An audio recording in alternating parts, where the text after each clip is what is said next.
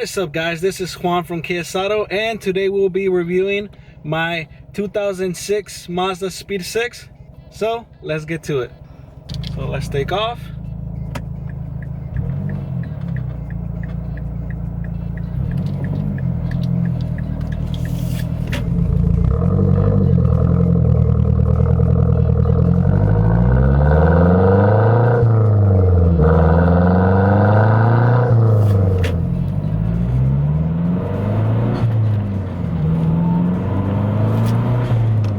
So you guys may know I had a 2009 Scion TC that I actually just recently sold, and I got myself this car. Now the history behind this car is kind of funny, because I was looking into buying a Mustang around the same year, obviously a Mustang GT, and the reason for that was, let's go this way. The reason for that was because I've been meaning to put a little bit of work into my MR2, and I didn't want to have a car that broke down. I wanted a car that was quick from factory, that I didn't have to modify much in order to make it faster, so I could focus on the MR2. I'd also considered a Mazdaspeed 3 at the time, but being that they were around the $10,000 and up kind of range, I soon just began to stop looking at them, just because it was out of my budget. And I came across a couple of Mustangs that interested me, and I didn't seem to find a good one. So actually 3 days after I sold my Scion, I saw this car that was in the LA area, and the deal was just too good to pass by. So I had I knew about the Mazdaspeed 6, and I knew it was the same engine as the Mazdaspeed 3, just all-wheel drive, and basically everything else stays the same.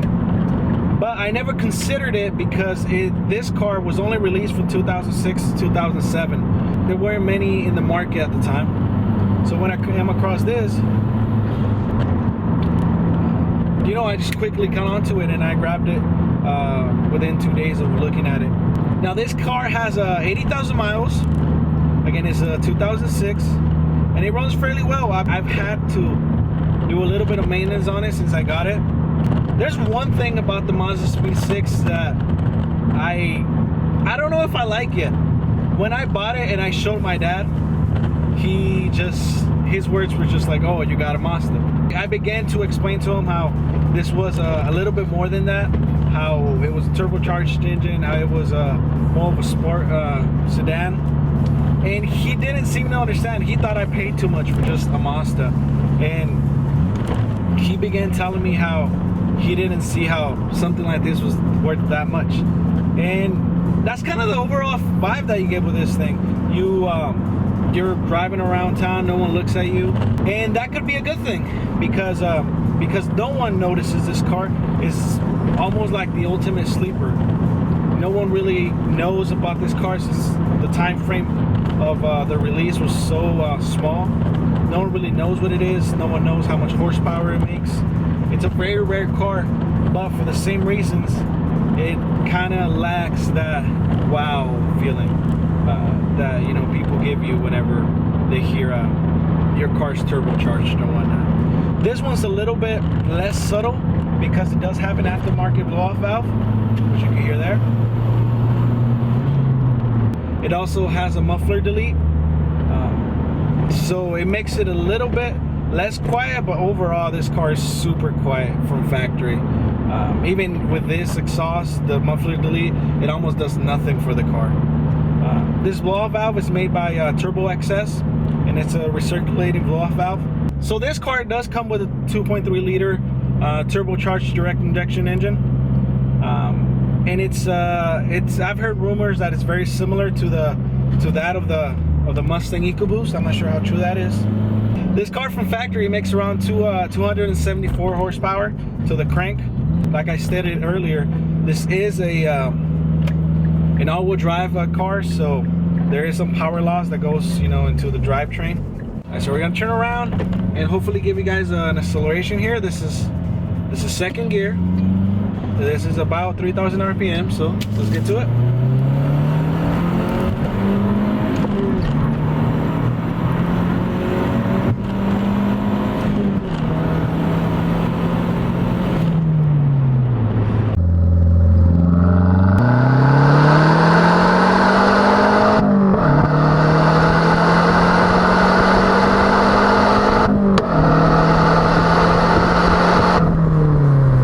As you can tell, it's a quick car. And actually the steering feel in this thing is very direct.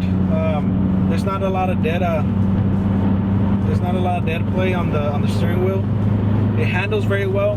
Now this car does need new shocks in the rear. The owner told me how it was a common thing for these cars. I honestly wouldn't know how to give you feedback on that. But it does need shocks in the rear, so I can only imagine the handling getting better over time once I fix those shocks. So with the all-wheel drive, I actually haven't even gotten the wheels to slip yet. This car is very grippy, and honestly it does not have brand new wheels or anything like that. It does have some nicer wheels in the back than it does in the front. And this car is front-wheel drive based, you know, all-wheel drive. So whenever you're cruising in the freeway, whenever you're at constant speeds, you get most of the power going to the front wheels. It's only when you're full throttle, or you know, you get some slip on the wheels, that you actually get power to the back. But it's only 50% and not anymore. So this car does 0 to 60 in around 5.6, 5.4 seconds. So it's nothing that's gonna blow you away realistically, but it pulls very strongly through the RPMs. Now the turbo on this car is very small and is meant to spool and give you the most power in the mid-range, what makes it super great for highway pulls and going around the corner, since you're not always in the top end. In this car you get max torque around 3,000 RPM. Again, it spools up super quick and it feels great whenever you're going through the gears. I gotta say, I had never owned a turbocharged car before. The only reason why I actually wanted a Mustang is because when my buddy got his, I drove his, and I just love the amount of torque that was, you know, all the way through the power range. But the feel that this car gives you, it's unlike anything else. When I hopped in it and I test drove it, obviously I didn't get to beat on it, because that just isn't respectful to the owner. But when I did get it, and we pumped gas afterwards, and we were leaving on our way home, I gave it some gas, and I was not ready for the amount of power that's, you know, that just hits you in the face at really low RPMs on this thing. It just makes it really fun through go through corners and power out through corners, and makes it just it makes the car a little bit more livelier. I can imagine with the bigger turbo, it would obviously be quicker, but you would oh, that's a nice car.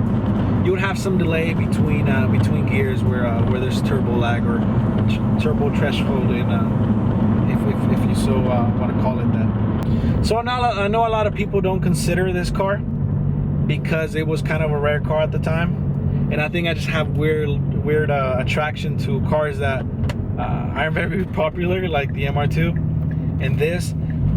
But it's a very good alternative to something like a WRX, since you get the power, you get the upgradability. They also have a cob access port available for this thing, which makes it super easy to upgrade and tune on the fly.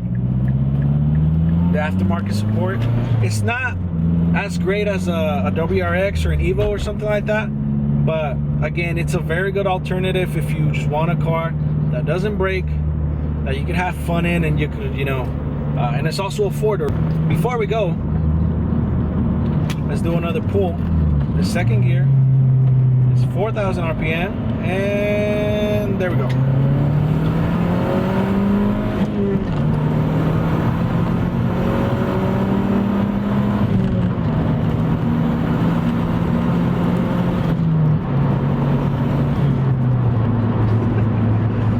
Oh, I also got to mention that with the factory turbo, power does fall off after six grand.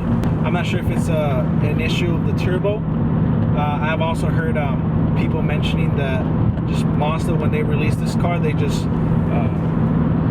richened up the car at the high RPMs to be safe and to make it reliable, which makes sense, but it still doesn't take away from the experience of the car.